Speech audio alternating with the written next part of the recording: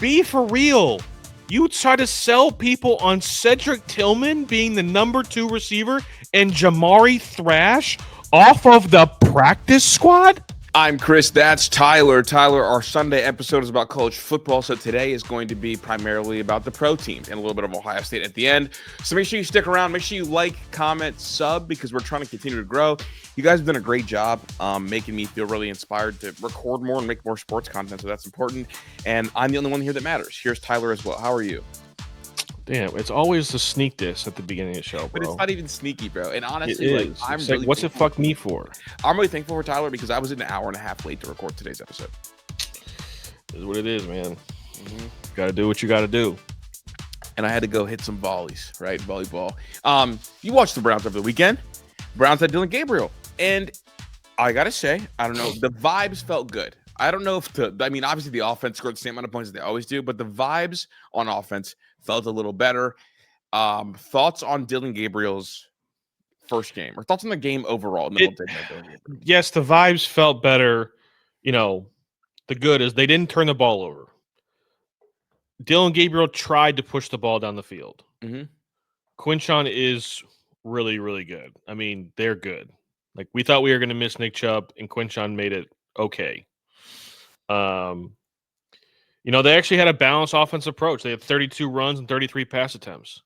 Yep. You know, that's about it. That's what I've been pounding the table for. But like the thing is, like the thing about Dillon Gabriel, man, is that he did exactly what we thought he would do. Like, that's like who he is. Yeah. He's not going to win you a game. He's not going to lose you a game. And unfortunately, like, the situation came down to where it's like that's a game where you needed your quarterback to go win you a game. Like, you just needed to score more than you just needed to score. You scored 17 points. You need to score 21 or 23, whatever. Honestly, I think he can win if they've got better receiver play. Well, it still can't block. No, they can. The left tackle situation is horrible. It is. Pass pro is an issue, but in run plays, I think Quinshon made them right enough. Like, in run plays, they just have to block well enough because Quinshon's vision and feet are phenomenal. Dude, 23 carries, over 100 rushing yards. And it's funny because, like, people thought he would be suspended. I told you on the show they were not going to suspend him. They were going to wait till this thing quieted down. They're going to wait till game started. And then after game started, they were going to quietly just pretend like it never happened. That's what happened, right? Yeah. I mean, it's just one of those things where the run blocking they're fine. They can run block. Well, I think it's not great, but I think these running backs are used to running behind bad offensive lines. It's not these running backs. It's just Quinshon. These other Dylan Sampson and Jerome Ford, like, they can't run the ball. Ford didn't look horrible, though. I don't want to do that. Jerome Ford looked. He caught most of his yards were from passing. Yeah, I mean, he had 5 rushes. He had the 1 rush down near the goal. I mean, he had a 10-yard run. And I think that's what's sticking out of my mind. Yeah, it's just one of these things where you wonder. Are you surprised that Dylan Sampson isn't a part of things at all? Well, no, because it comes down to one thing, and it's just like you gotta have, like, you have the guy, you have the bell cow, and like ultimately Dylan Sampson's just he's a third down back, and that's what we said. I was like, he's a better version of Jerome Ford at every facet. Yeah, but I thought what's Jerome Ford, a third down back? I thought he was more of a physical, powerful runner at Tennessee. Like, he doesn't look nearly as big as Quinshon is. No, he doesn't look nearly as big, but he was a physical back at Tennessee, and I guess, like, if you already had a third down back, why would you draft another third down back? I don't know. Probably because Jerome Ford stinks. Well, if Jerome Ford stinks and they're not playing Dylan Sampson, that means they both stink. But anyway, I just want to give Q his props. He's not going to win Rookie of the Year, but he's going to be in the conversation if he continues at this pace. He's been one of the bright spots for this offense. His college teammate last year is going to win Rookie of the Year. Emeka, yeah. I have Emeka in my fantasy league and Quinshon. But they still can't block and they can't catch. Like, this receiver group, Jerry Jeudy looks like he's quitting on this team. Yeah. And, like, of the 19 completions, only 5 of them were to wide receivers. 14 of the 19 completions were to tight ends and running backs. And you wonder why there's no explosivity to this. This is like watching Penn State's offense last year and they had Tyler Warren. It's like, how do you expect to throw the ball down the field if nobody's good enough to get open down the field? And then when they do, they drop the ball. I was gonna say, I think Isaiah Bond is athletic enough to get open downfield. He just can't catch the football. It's Kris. They won the time of possession, they won the turnover battle, and they outrushed them, and they lost. How does that happen?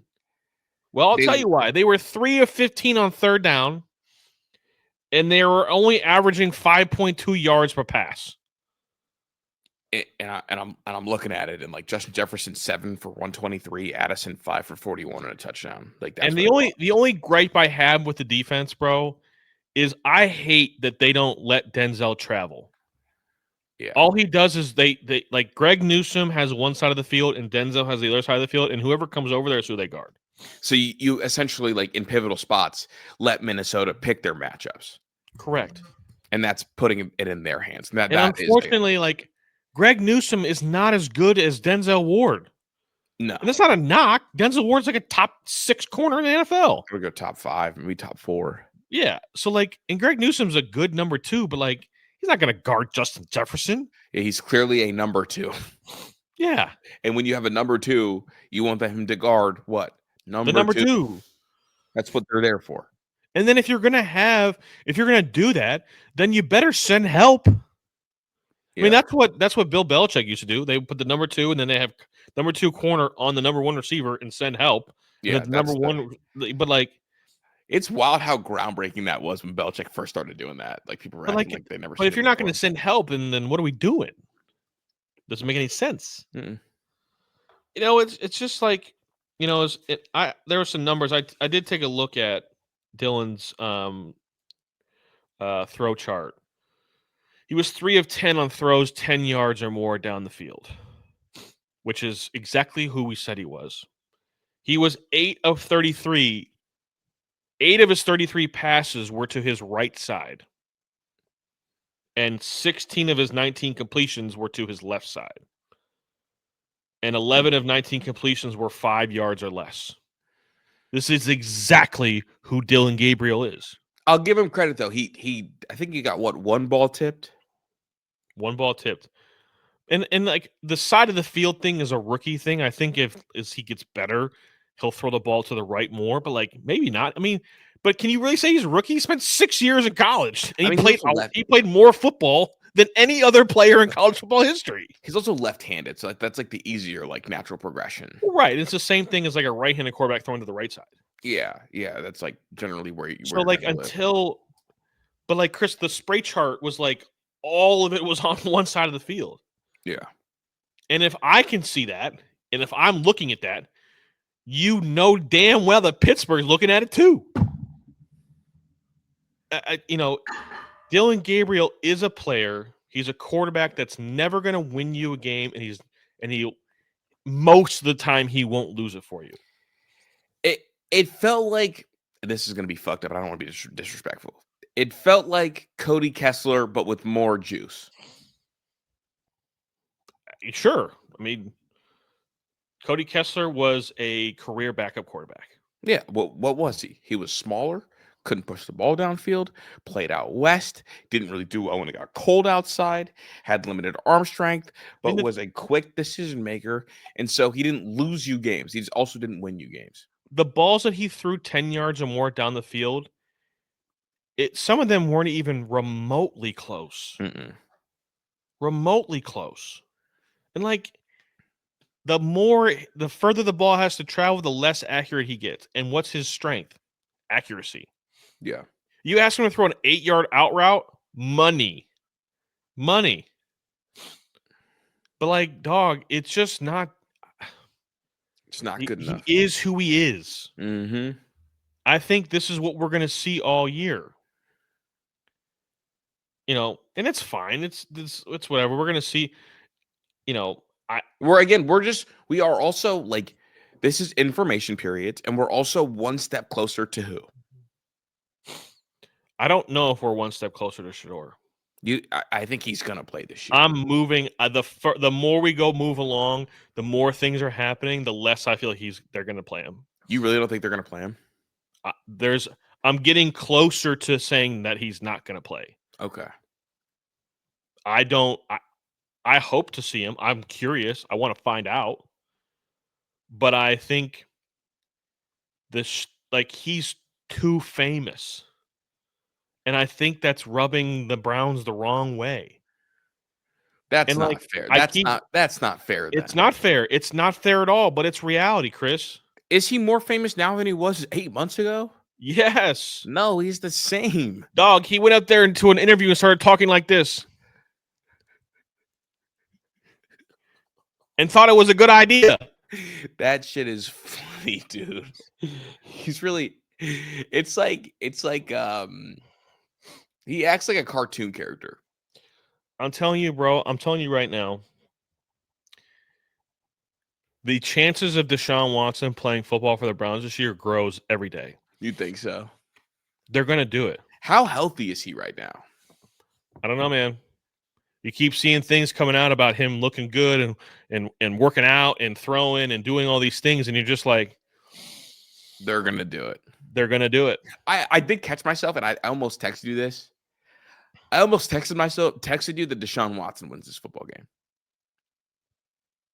No, he doesn't. I think he does. No, he doesn't. I think he does. Want to know why he doesn't? Because he looks just as scared in the pocket as Dillon Gabriel and Joe Flacco did. But there were receivers open at times downfield, and Dillon Gabriel couldn't even get it close. They're not catching the balls from Dillon Gabriel. They're not catching the balls from Deshaun Watson. They're not catching the balls from Joe. They can't. This is the worst unit in football. Okay, let me stop you right there. Who's a better quarterback right now, Dillon Gabriel or Deshaun Watson? I don't know. Do you like spoiled bananas or spoiled oranges? I don't fucking know. I know what you're doing. You know without a doubt that Deshaun Watson is better than Dillon. I don't know that. The games that he played, he was terrible. Okay. He was bad at football. Okay. What is At least I know what I'm going to get from Dillon Gabriel. Okay. Deshaun Watson is a between 25 and 32nd best quarterback in the NFL if he plays. No shot. What? No shot. 25. That's a bottom third. That's bottom third of the league. I don't think he's even bottom third. So you don't think Deshaun Watson is good enough to start in the NFL at all? No. So do you think? No. Is he better than Caleb Williams? No. His arm is not better than Caleb Williams. Chris, I don't think he was so bad. He played 1.5. He played 1.5 good games as a Cleveland Brown. All right. Is he better than Carson Wentz? No. No, he's not. He doesn't. Deshaun Watson doesn't beat the Browns defense. He doesn't. All right, man. He turns the ball over. He's going to turn the ball over. Look, I think he's bad. I just think that he would have won that game. No. We'll see, because you're going to see him this year, and we're going to revisit this pod because you're going to see him this year. If we, Chris Drew, on my children's life, if I see Deshaun Watson play football for the Cleveland Browns again, I will never talk about the Cleveland Browns again. Okay, that he does not mean that. You stop. You can't say that. We're covering the Browns. We're doing all those side hustles. All right, put it this way. If I see Deshaun Watson play football for the Cleveland Browns again, I'm going to the stadium with a sign that says "Fire everybody." I'll film it. That'll be good. And fire Jimmy, fire all of them. Yeah. Because it would be the most disrespectful thing you'd ever see from a professional sports teams to its fans. It would be the most disrespectful thing you could ever see. Not even close. Pay him to go away. Stop working out in the facility. Stop wearing our team gear. Go somewhere else. Go with your new wife. Go to some... Where is he from? Atlanta? Is he from Atlanta? Yeah. Go to Atlanta and work out somewhere else and wear black clothes and don't wear brown and orange anymore. What if he plays this year and wins? He's like the 32nd through 36th best quarterback in the NFL. No way. He is. No. He is. No. Can we talk about something else besides? Is he better than Spencer Rattler? I don't know. They're tied for 32nd. Okay. Let's talk about something else. You hate All right. Deshaun. Let's go. Can we? Is it? Are we time? Is it time to move on for Kevin Stefanski? They lost that game because of coaching. Oh. What do you think Kevin did wrong? I'm curious.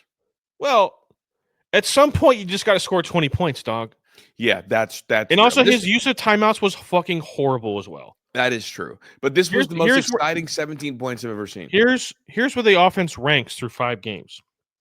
32nd in points per game. If you guys don't know, there's only 32 teams in the NFL. Yeah, holy shit. 27th in total yards per game. 30th in total EPA. I don't even know what EPA stands for. Expected whatever. Expected points added. 30th. 31st in QB passer rating. 32nd in first down percentage. 28th in third down percentage. 32nd in drop passes. So not only is the scheme terrible, which is on Stefanski, the offensive roster is terrible, which is on Andrew Berry. I told everybody this roster stinks. The offensive roster is horrible, man. Be for real.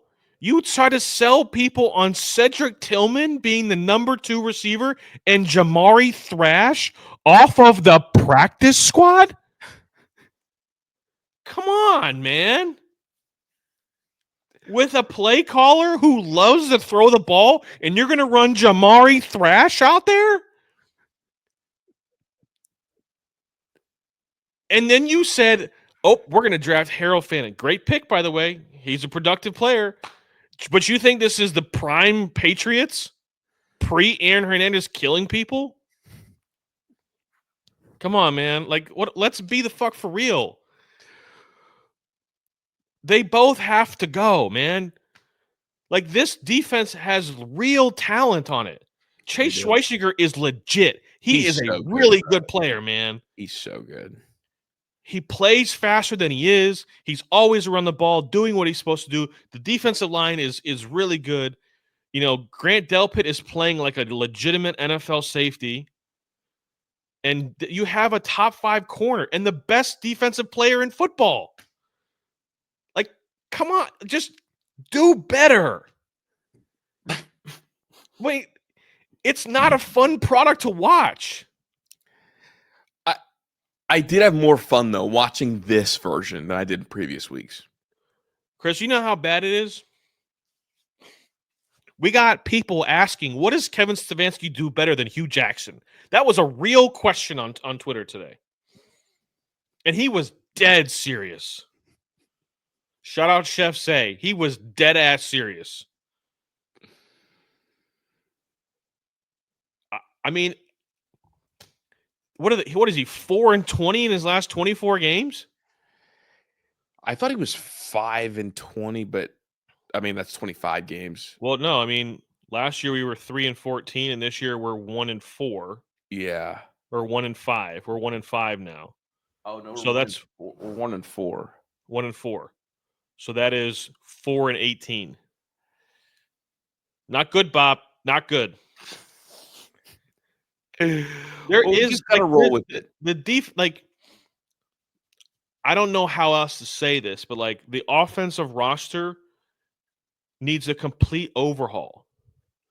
And like, God bless you, David Njoku, but like, I gotta trade you. He's the best player on offense, though, isn't he? Outside of by far. Outside of Quinshon. Yeah. But like, my brother in Christ, I don't need 2 tight ends when I have holes everywhere else. Do you think Harold Fannin could fill that Njoku role over the course of 4 years, or get close-ish, 75% to 80%? I don't know if he's David Njoku has turned himself into a very nice, complete tight end. I think he's a top 5 tight end in the sport. I think he's a good enough run blocker. Yeah. And he makes like some ridiculous plays. But again, like, when I have holes in the boat, multiple holes in the boat, but I got this shiny steering wheel. Who the fuck cares, bro? What do you mean? I just like, the front office, the Andrew Berry and Kevin Stefanski are failing this team. Mm-hmm. Andrew Berry's failing Stefanski, and Stefanski's failing. Like, if we always say it, if you're an offensive coach, head coach, you better have a good offense. You Bingo. better. Bingo. And you know what's also disappointing for Jimmy Haslam is that there was a coach in the building last year that was unemployed and let him walk away with nothing, not even a conversation. And he wanted to be employed. And he wanted to be employed. Yeah. He played high school football in Akron. Mm-hmm. Well, Cuyahoga Falls, but Akron. That's Akron. We claim it. He went to college in Columbus. Yeah. His parents still live here. They live 5 minutes from my house, actually. And they let him walk away with not even a conversation. I mean, the thing is that like Stefanski wasn't going to want him in the building. I understand that. But Because like, you're essentially like, that's your replacement being in the building with you. But you know what I'm going to get? You know what I'm going to get is that I know I don't here's what we know about Kevin Stefanski football teams. His last 22 games. There's a lot of penalties, there's turnovers, there's no offense, and there's no offensive identity. Mm-hmm. At least I know with Mike Vrabel that I'm going to get an identity. And he's going to force them to not make. Now, the Patriots are making some dumb mistakes right now currently, but this is also the first year like and that's a young team. Super young. Drake May's super young. But like, how did you not even have I'm not saying they had to hire him. I get it. You had your coach. He just won Coach of the Year a year ago. I get it. That would have been a move that I don't think Jimmy Haslam's capable of making. But like, at least have a conversation with him, right? Hey man, do you want to coach a position? Do you want to be the highest paid analyst in the history of the NFL? I don't know. Do something, have a conversation. And they just let him walk for nothing. And in the NFL, you've got unlimited full-time coaching positions. Yeah. It's not like Jimmy Haslam can't afford to pay him. Right. I just like honestly, like Vrabel with this team, Vrabel with Quinshon Judkins and the kind of like this group, I think you would get smash mouth football. Like I can tell you right now, Joe Flacco wouldn't have played. Mm-mm. The other thing I can tell you is that Mike Vrabel would have made Andrew Berry so uncomfortable in a good way. Well, that's what happened in Tennessee when they started messing up on the personnel side. He made sure everybody heard that it wasn't him, it was them. They just like this. I think when Andrew Berry inherited a team that had a lot of talent, and it's getting worse. Yeah, real. And so how can I, like, if you're like given something and it's getting worse since you got here, what are we doing?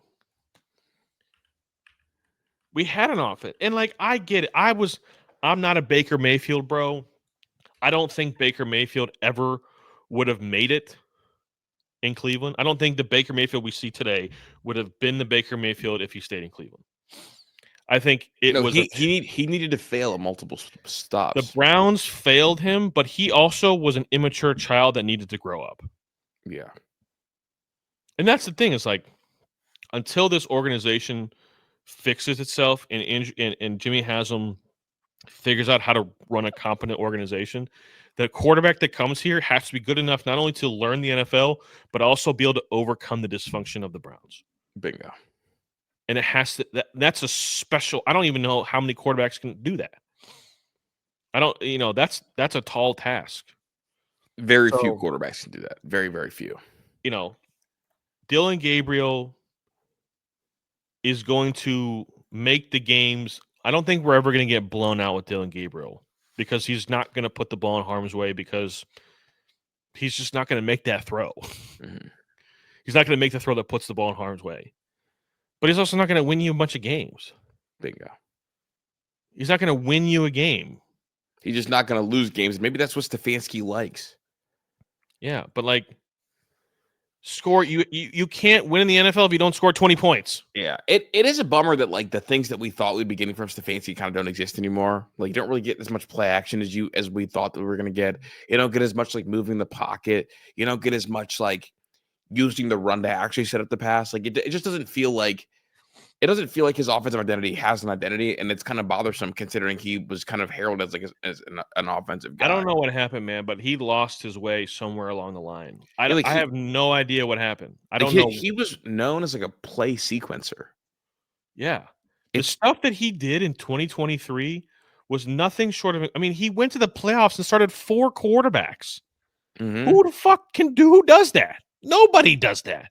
Yeah, nobody. But somewhere along the line, man, but like, how do you do it if you can't get open on the outside and you can't pass protect? You can't. There's nothing. Maybe that's why he's not doing play action, because it takes a little longer. He's like, my quarterback's going to die. He's going to fake the handoff, take a step, turn around, and then he's going to die. Mm-hmm. Maybe that's why he's not calling. I mean, if you think about it, the whole identity of our offense in the 2020 through 2023 was a really good offensive line. Yeah. One of the best in the sport. And now we don't have that. And it's just like, well, Andrew Berry on line 1, you're drafting out here 2 quarterbacks and 2 running backs like you're playing Madden. And we got nobody out there. Yeah. You just traded for a player and then you put him on the non-active list. Great trade. Thanks, Bubs. That's enough, though. That's enough, though. I'm excited to see game 2, Dillon Gabriel. Who do they have this week, Tyler? Steelers. I think Ron's going to come on Thursday, and Ron's going to talk shit to me. What am I going to say? I mean, you guys could chop it up together. Nah, never mind. You got nothing you could say right now. But if you win, you can invite him back. Oh, I will. I do want to talk about Jose Ramirez. I want to talk about the Guardians. Right now, we're in a unique place because it's going to be a very low payroll for the Guardians, a very low active payroll. They've got several players, I believe 8 players right now on roster, 8 or 6 position players that are going to be making under $800,000 a year. And they have money to play with. Even by Guardian standards, they have money to play with if they want to go add some pieces in free agency. There'll be a lot of short-term deals this free agency because a lot of guys that are in their early 30s want to play on a prove-it deal, is kind of what happened last year as well. And an interview was resurfacing about Jose Ramirez earlier this year, talking about he needs help, essentially. Yeah, I mean, essentially, it was an interview saying that when his contract is up in 2028 and the renegotiations, it's going to be a lot different than it was his first time around. Mm-hmm.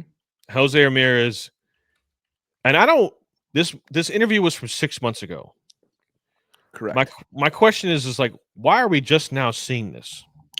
Well, it was done in Spanish, and like a lot of us aren't on like the Spanish baseball Twitter or on the South America or Dominican baseball Twitter. Correct. I get that.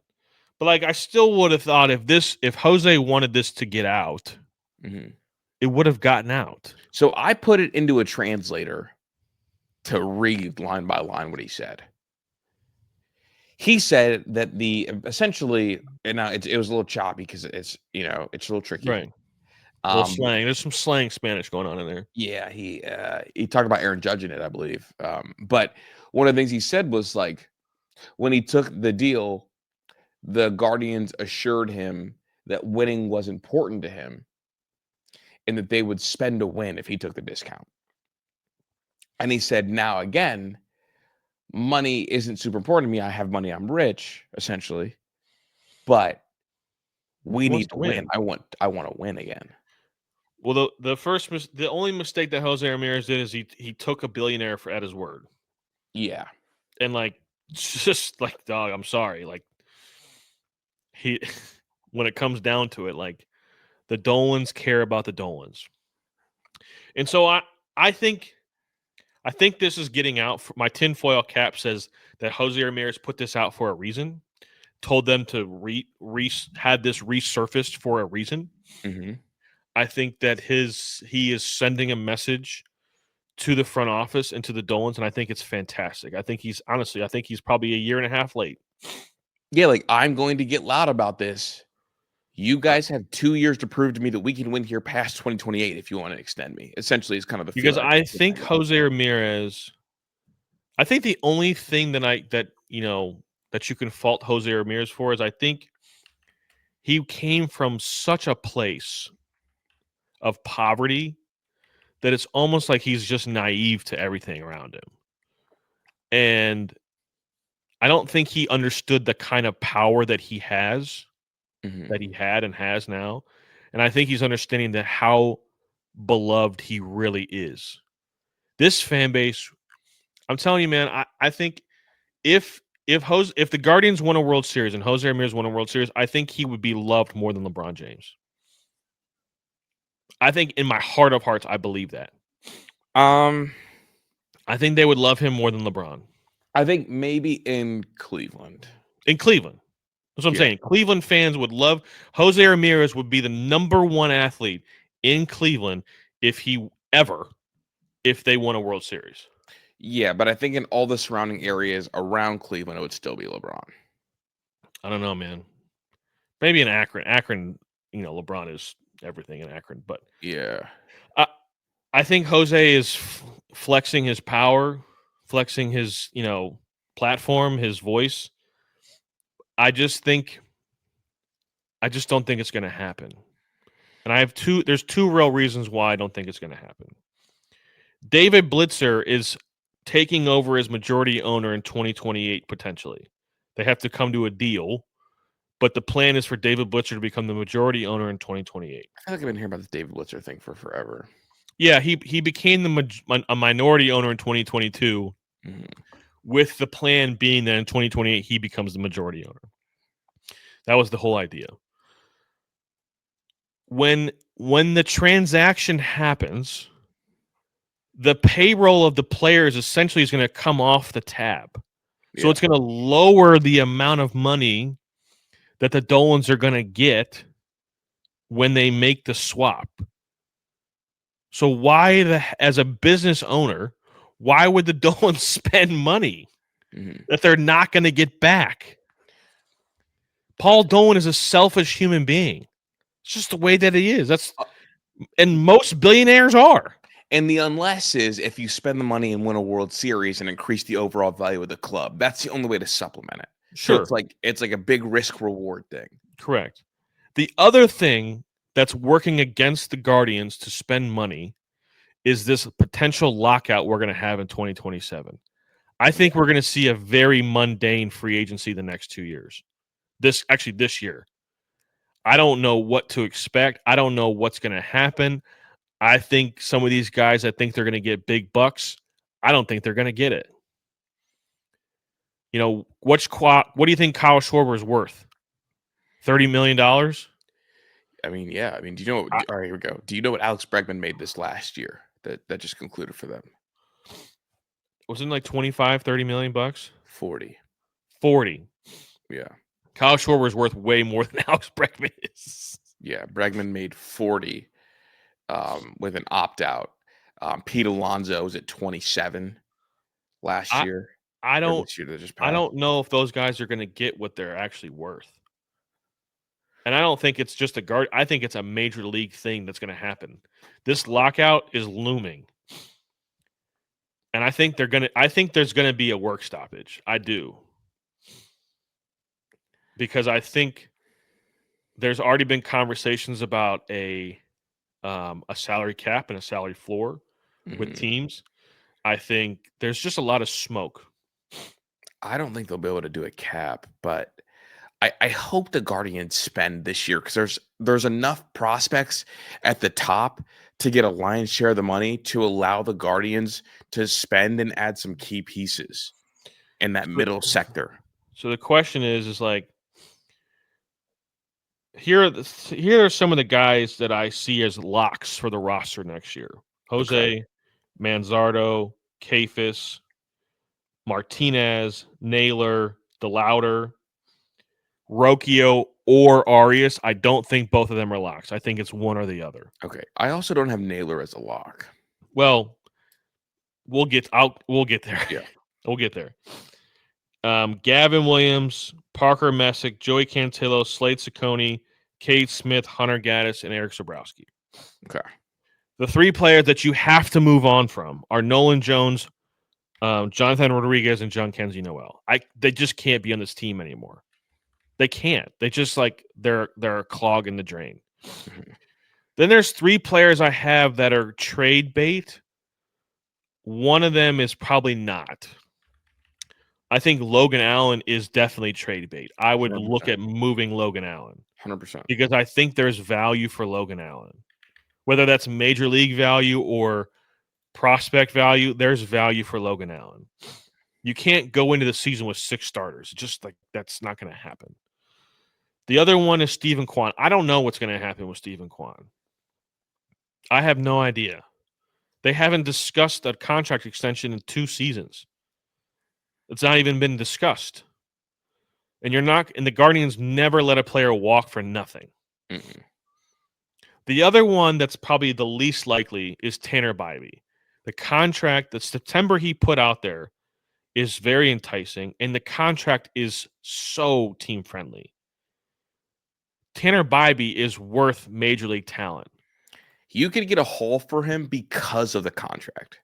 Correct. So that leaves the question of okay, where do you go from here? If you're asking me,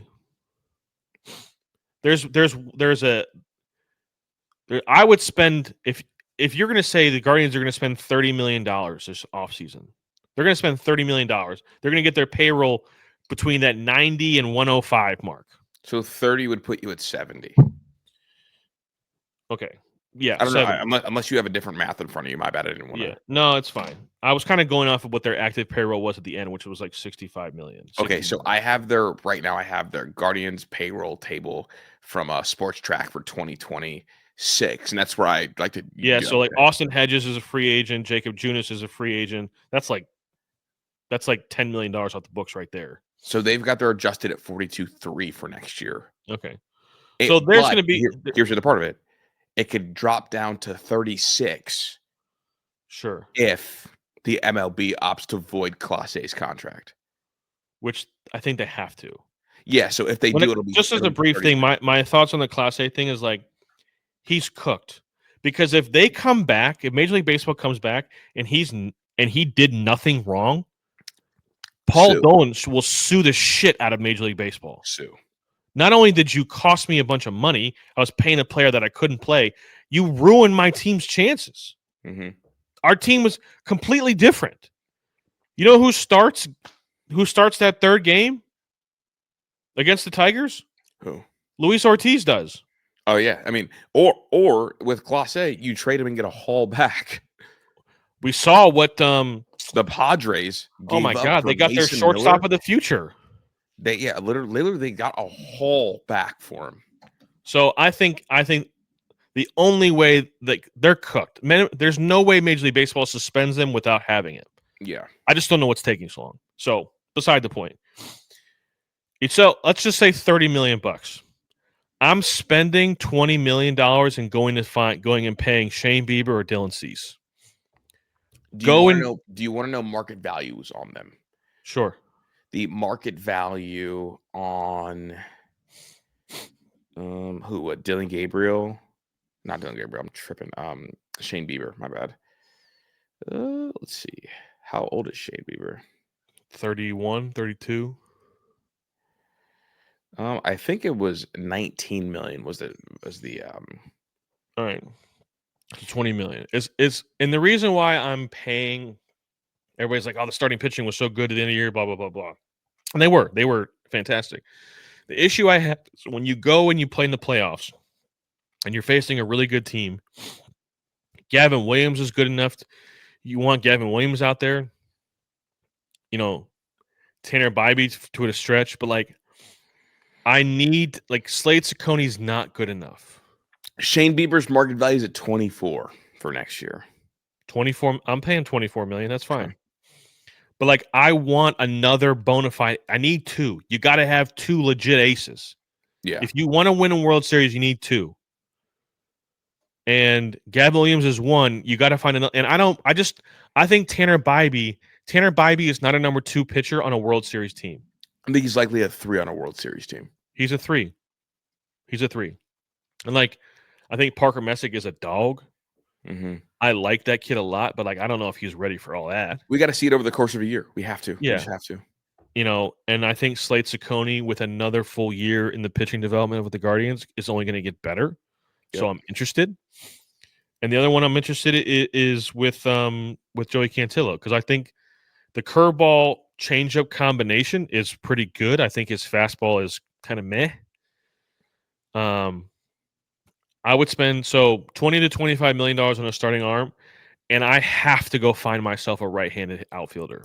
So who do you prefer, Cease or Bieber? Probably Bieber, because I know who he is. Actually, you know what? I'd probably take Cease because of health. I think Cease is just a generally healthier player. And Cease is only 29. Yeah, so I think I would take Cease. And then you want a right-handed hitter or a right-handed hitting outfielder? I need a right-handed hitting. I need a right. Listen, so that's. Hold on, I'll get to my real wish list. My realistic wish list, though, is pay a big-time starting pitcher and then pay like a Harrison Bader, $10 million, 1-year contract, a solid major league, not some make-a-wish veteran, like a legitimate major leaguer who can go out there and play center field, he can play all 3 outfield positions, and he's right-handed, and he's a legitimate Major League Baseball player. And you've seen him in big moments, like he's played in big games. Correct. All right. So my wish list is I would trade. My first one is I would trade Bo Naylor. I would trade Tanner Bybee. I would trade George Valera, and I would trade maybe Austin Peterson for Adley Rutschman. Yeah. I think Adley Rutschman puts you in a situation where your lineup now is a whole different ball game. Changes your lineup. If any team that has a good hitting catcher, it changes your lineup, man. Mm-hmm. Not to mention he's a switch hitter. He's a good enough catcher, and he's best friends with the player on your team that everybody desperately wants to sign. Bingo. Not that I'm in that camp, but there are people that desperately want to re-sign Stephen Kwan. And get ready, the Guardians will make a run at Adley Rutschman during winter meetings. They will make a run at him. I think we were on that earlier. We were. And I think they are going to make a run at him. I don't know if it's going to happen, but they're going to try. They are going to absolutely pick up the phone several times. And if we're going to get real greedy and they're going to spend a bunch more money, to hell with Gabe Arias and Brian Rocchio. Go sign Bo Bichette. 24 million a year gets it done.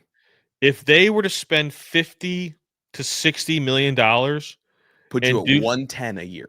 Put you at 110, $110 million, a third of like the upper, like the Mets and the Dodgers and the Yankees and who else? And I think the threshold to compete is like 175 normally, but this roster, if you add Bo Bichette with 110, competes. Like, and that's a situation where if Paul Dolan went and did that, the whole script would flip on how people would feel about him. Like, okay, you've pushed the chips into the table. Mm-hmm. Thank you. It doesn't erase the 2 decades of poverty, but like, thank you. And it gives you a legitimate chance. This team was a legit starter and a big bat, one big bat away from like being a real team. Yeah. A team taken seriously because if you put talent mixed with the Guardians culture, like it's gonna work. And like you need guys who offer some sort of protection. Yeah. And like Bo Bichette this last year hit 311 with an OPS of 840. Talk. Yeah. I mean, put him in the 2-hole. Or put him in the 3-hole and put a Jose in the 2-hole. I don't care. No, honestly, you put Quan 1, you hit Adley 2, you hit Jose 3 and Bo Bichette 4. And the other thing too is like, I think Manzardo 5. Oh my god! The thing that I'm also willing to talk about is Travis Bazana is coming. Mhm. So, like, Gabe or Brian Rocchio, or one of them is out, man. Like, they got to go. Yeah. I know that Bazana is, like, hurt, but, like, you can't wait anymore. He was 1-1, man. You can't wait anymore. You got to play him. Especially like when 1-2 is up and 1-3 is up, and they're both big parts of their teams. You know, I think we're gonna see him. I think Chase Louder is probably gonna play center field. Did you want Chase Louder to go back out west and play in fall league or no? Kinda, but Okay. I also, I understand the hesitation of not wanting to get him hurt. Well, also the hesitation is like I don't want you to form any bad habits. Let's sit on the trajectory at home. Like we know you can hit. Yeah, I mean like if he's your center fielder, I think you put him in right field personally, and you play Martinez in center field just to protect Chase from getting hurt. I mean that solves your issue. I mean right field has been a black hole. Yeah. For this franchise for over a decade. I never want to see Jonathan Rodriguez again. No. Never. So do I think any of this is going to happen? No, I don't. Because I think they're going to surprise it and add one piece. If you're asking me the one piece and I'm like get to choose, I would say Bo Bichette. Everyday player. Yeah. Trust your pitching lab. I mean, and just having a left side of the infield that can really play. But my realistic thing is they're probably I just don't see it, man. As a business owner, as if you're looking at this as a business, which is the problem, but it's the reality. Mm-hmm. Why would he do that? What incentivizes Paul Dolan for spending $50 million on this roster when he's not going to be the majority owner in 2 years? Nothing. Yeah. There's nothing to incentivize him to do that. The dream would be Luis Roberts getting out of his club option. Bruh. Because that's what it is. He's got a club option. And like if you're Chicago, can you justify $20 million like picking that up? That feels like so aggressively high. No, you know what's funny is the White Sox should be what the Guardians are right now. No, you want to hear something about the White Sox? Super duper young. You want to hear something about the White Sox? If they would have just not moved anybody this year, you know who they'd have on their team? Crochet, Dylan Cease, Rodon. Jesus. Damn. Yeah. And Giolito will be their 4. And he was the Boston Red Sox 3 this year. And they'd still lose a bunch of games because they can't fucking hit. They hit worse. I mean, actually, they don't hit worse than we do. We have the worst batting average in baseball. But still, think about the young pitchers they just said, get the fuck up out of here. Yeah. I think we should be I think we're going to be better. If they do nothing, the Guardians do nothing, we'll still be better than we were this year. Mm-hmm. The young players are going to be better. Based off development alone. We will be a better team next year than we were this year if they do nothing. Yeah. But that team is still not good enough to win a World Series. And the thing that makes me sad is I think that 2027 would be the year, but the whole lockout thing is like making me nervous. I don't know if we'll get to a lockout, but there's a lot of doomsday smoke about the lockout for sure. I would say I'm 60-40 in favor of there being a work stoppage. I never want work stoppages. No, of course not. So it is what it is. I'm optimistic about the young players on this team though. I haven't been this excited about a young crop of Cleveland baseball players in a long time. They look the part, they feel the part, they feel scrappy. They just I wish that there wasn't a right-handed hitter. I wish there wasn't 2 loose cannons in the middle infield, but yeah. But yeah, because what's my rule, Tyler? I want to be good up the middle. They're talented. They're just drunk. You know what I will say about Brian Rocchio, though, is he stopped wearing those stupid-ass sunglasses. Bro, Brian Rocchio, you're right. Fuck yeah. If Tatis did it, cool. Brian Rocchio, fuck no. You can't make a fashion statement when you hit under 200. But I'll say this. Rocchio, the thing that's frustrating about him is I think he can turn it on and lock it in when it's go time. He's done it the last 2 postseasons. Yeah, dude. I mean, that ball he hit, he turned on a 100-mile-an-hour fastball and hit it into a 25-mile-an-hour wind. He made it like batting practice. Like he knew where the pitch was going to be. So, want to flip gears. Ohio State, they're perfect. Not a ton to talk about. To the point where now we're talking about some roster stuff. Hartford and Hicks are both going to redshirt this year, Tyler. They're going to try to gain some weight for Hicks to get him ready for defensive line. And then with the red shirt, you can still play in postseason without it counting against you. Thoughts on these two redshirting? I'm not surprised about Hartford. I just feel like Jalen McClain is so good. Mm-hmm. Like, where are you going to play? And Fahim Delane is also going to play a lot. I mean, you're looking at it's like, I'm not going to play over Jalen McClain. If I'm going to play that position, like, I'm not playing next year either. Mm-hmm. Unless they move Jalen McClain into the Caleb Downs role, and then Fahim Delane plays the free, like that more like free safety. Yeah. But like, I don't blame Lake Hartford. I'm not mad at him. I don't feel a certain type of way about it. Like, it's kind of duh. Like, it just didn't work out. It's a bummer because he was really turning heads and he had his confidence kind of killed year one. And he's an Ohio kid, so like you hate to see that. Yeah, it is what it is. I'm a little surprised with CJ Hicks though, because I thought he was going to play. Yeah, I thought he was going to have a role. And like when Kenyatta got hurt, he did not go out there. Yeah, so I think there's 2 things to the CJ Hicks thing.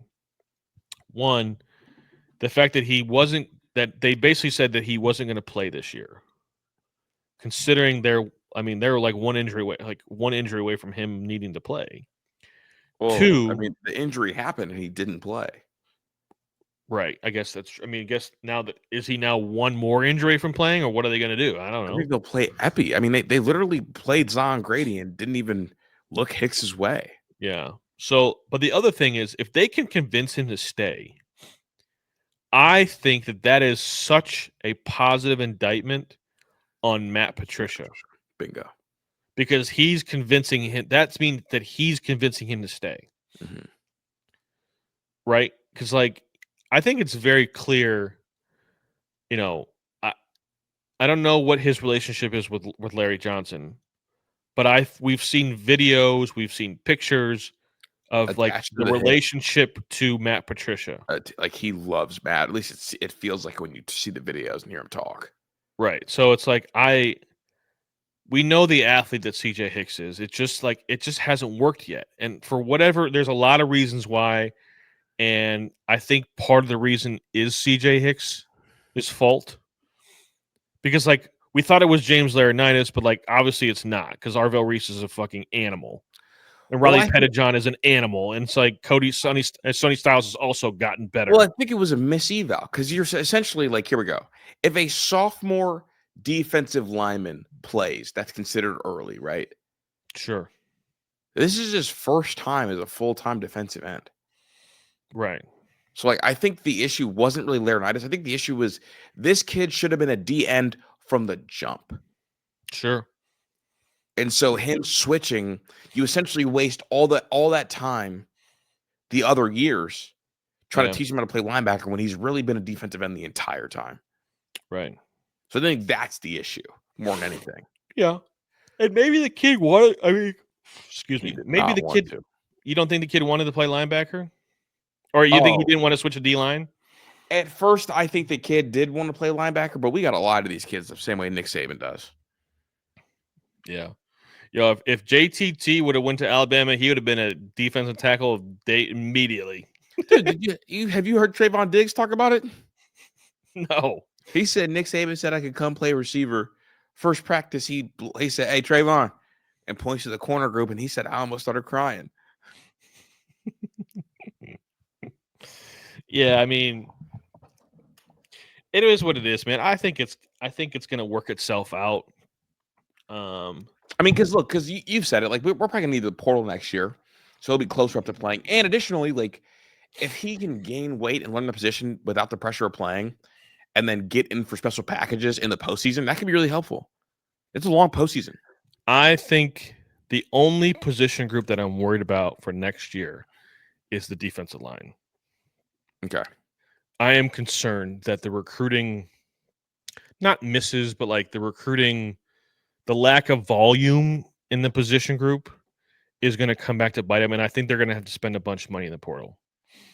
I mean, I think they're going to have 3 defensive ends next year if CJ stays. I think they're going to have 2 good defensive tackles. But I think they're going to have to go pay for a pass rusher and a defensive tackle. Okay. Maybe one of them has to be a high-priced player, and one of them probably is more like a depth piece. I don't think they're going to need a high-priced player on the D-line. I think they're going to need a big-time pass. I know you like Zion Grady, and like he flashed a little bit. True frosh. Yeah. I think it's one of those situations where it's like this. Did we necessarily need Caleb Downs? Well, here we go. Did we need Bo Atkinson is the big question. No. And I guess that's where I'm at with this room. And we thought we needed Bo, but we didn't. If I would say this, if like, for instance, and this is the most, well, no shit, Tyler, I think I'm ever going to say. If Frank Beamer gets fired at South Carolina and Dylan Stewart's in the portal, come on up, Bubs. I need the Brinks truck. I need all the monies. Yes. All of it. Yeah. I need him to getting almost Jeremiah Smith money. Yes. 100% agree. And that's duh. But like, yeah. It's something, it's like when Caleb Downs got in the portal, you're like, holy shit. How much money do we have, and like how much more money can we get? And thank you, Kirby, for not knowing skill guys and not offering Josh Downs coming out of fucking high school and offering a different Georgia receiver. And then also for firing Caleb Downs' uncle. Thank you, Kirby. So it's just one of these things where like I'm not too worried about it. I do think it's going to be interesting when the linebacker and secondary group next year is going to look completely different except for Jalen McClain. Got a totally new back seven. Dude, but I'm telling you, Bradley Pettijohn and Alfred, it's going to feel like Arvell and Sonny Light. And then like Aaron Scott, Devin Sanchez, Bryce West, and Fahim Delane. Like, dude, they're so good. Do you feel like we're dynasty tier right now? Like that's where we're at? I think so. And honestly, like I sent a tweet out about, it was a clip of Ryan Day's press conference. I think Ryan Day's officially found himself. And I think Ryan Day stopped giving a shit about what other people think about him. Yeah. And he's just like on the pursuit. He's chasing the air that nobody else is chasing. He's chasing Nick Saban. Everyone else is chasing each other. Yeah. And like Kirby Smart's trying to like figure out who he is again, and I think he's having some hiring issues that I think all first-time coaches kind of go through, but his is just happening now instead of earlier. Well, it's always a side of the ball that you're not an expert in. Right. But it's like he didn't figure it out. He figured it out once. And that's the thing about Ryan Day we can give him credit for, is like he was quick to make changes. When it doesn't work, he doesn't wait for it to like try to fix itself. Yeah. It's like, so, he's putting himself in a position, and the only thing that's going to stop Ohio State from becoming this dynasty is Ohio State's board of trustees and financial and compliance. Bingo. That's the only thing that's going to stop them. And I just feel like Ryan Day has finally at peace with himself. He looks like he's at peace with himself. He's more confident than he's ever sounded before. In the clip, he's like talking about Bo Jackson reaching the ball on second down in the second quarter of a game against Minnesota. Like it's like to us, it's like, all right, dude, relax. But like to him, it's like that should mean something, and that's what I want. I was told by one of the big money guys connected with the NIL that about an hour or two before the game, CJ Donaldson was out there and they were running through whatever throwing drill there was, and that CJ ran the wrong route. And Ryan sprinted across the field and was screaming at Coach Lachlan. And then CJ Donaldson did something else. Maybe it wasn't high effort. Maybe it was the wrong route. And he goes back over, screams at both of them, and says, "That's it. Bo is starting." And that's how Bo found out he was starting in the game. Hey. Again, that we're talking about a walkthrough before playing Minnesota. And he is psycho before the game. Well, that's what they said. That's what Caleb Downs said, is that he's moving and talking differently. Yeah. And I got that call earlier. It was like, yeah, he like on the field screaming at the running backs. You know what? Bo's starting today. Get ready, Bo. And you know what? Coach Locke's group, besides Bo, does not. I mean, James Peoples goes out there first play. He goes out there. He runs the wrong side of Julian Sand. Yeah. And like, I think Coach Locke's doing a fantastic job. He is, but it's just like one of those things, like a small detail. And the guy told me that he thinks it was a route depth issue that was off maybe by 1 or 2 yards. Yeah. And Ryan freaked out. So I thought that was that. Do you have a hear me out? I do. Actually, I have a hear me out. Culver's is the top dog when it comes to fast food hamburgers. It's not even, I don't even think it's even close. Dude, I don't know if I've had Culver's. You got to go. Where is there one in Akron? There's one right off of 71 and 18. You have no excuse. All right. I will add that to my to-do list this weekend. You get the butter burger with cheese and whatever else you want on it, bro. It's different. And they got the cheese sauce, because it sounds like they do cheese sauce instead of a cheese. No, they don't do a cheese sauce. It's just a straight burger. The bun is great. They also have that custard ice cream, the real bad for you ice cream. Oh yeah. Yeah. Shit that makes your stomach have a face. It's cramping so bad. Yeah, but it's that good stuff. Yeah, no, it's good. You got a root beer milkshake. Yeah, and they also have real cheese curds. That's elite, bro. Cheese curds are kind of out of style. Well, Culver's comes from Wisconsin. Okay, checks out. I didn't know. All right, Mr. Fast Food. I'm not Mr. Fast Food, but like sometimes you just need a burger, and like Culver's is it. I guess I just didn't know what to call you, like a Culver's expert. I didn't know what to. I became an expert about 5 hours ago. I'm hungry. You got any leftover? Fuck no, I ate all that shit. Settle down. My hot take is that if you wear your flannel outside of your hoodie, we could be friends. I fuck with that. Guy or girl. If I see you have the flannel outside the hoodie this time of year, it's hot right now. Maybe in a couple wears. Yeah, bro. I mowed my lawn tonight and it was sweating my ass off. This sucks. Dude, I was sweating my balls off. The worst feeling is when your draws aren't tight enough and you can feel the balls sweat. Okay.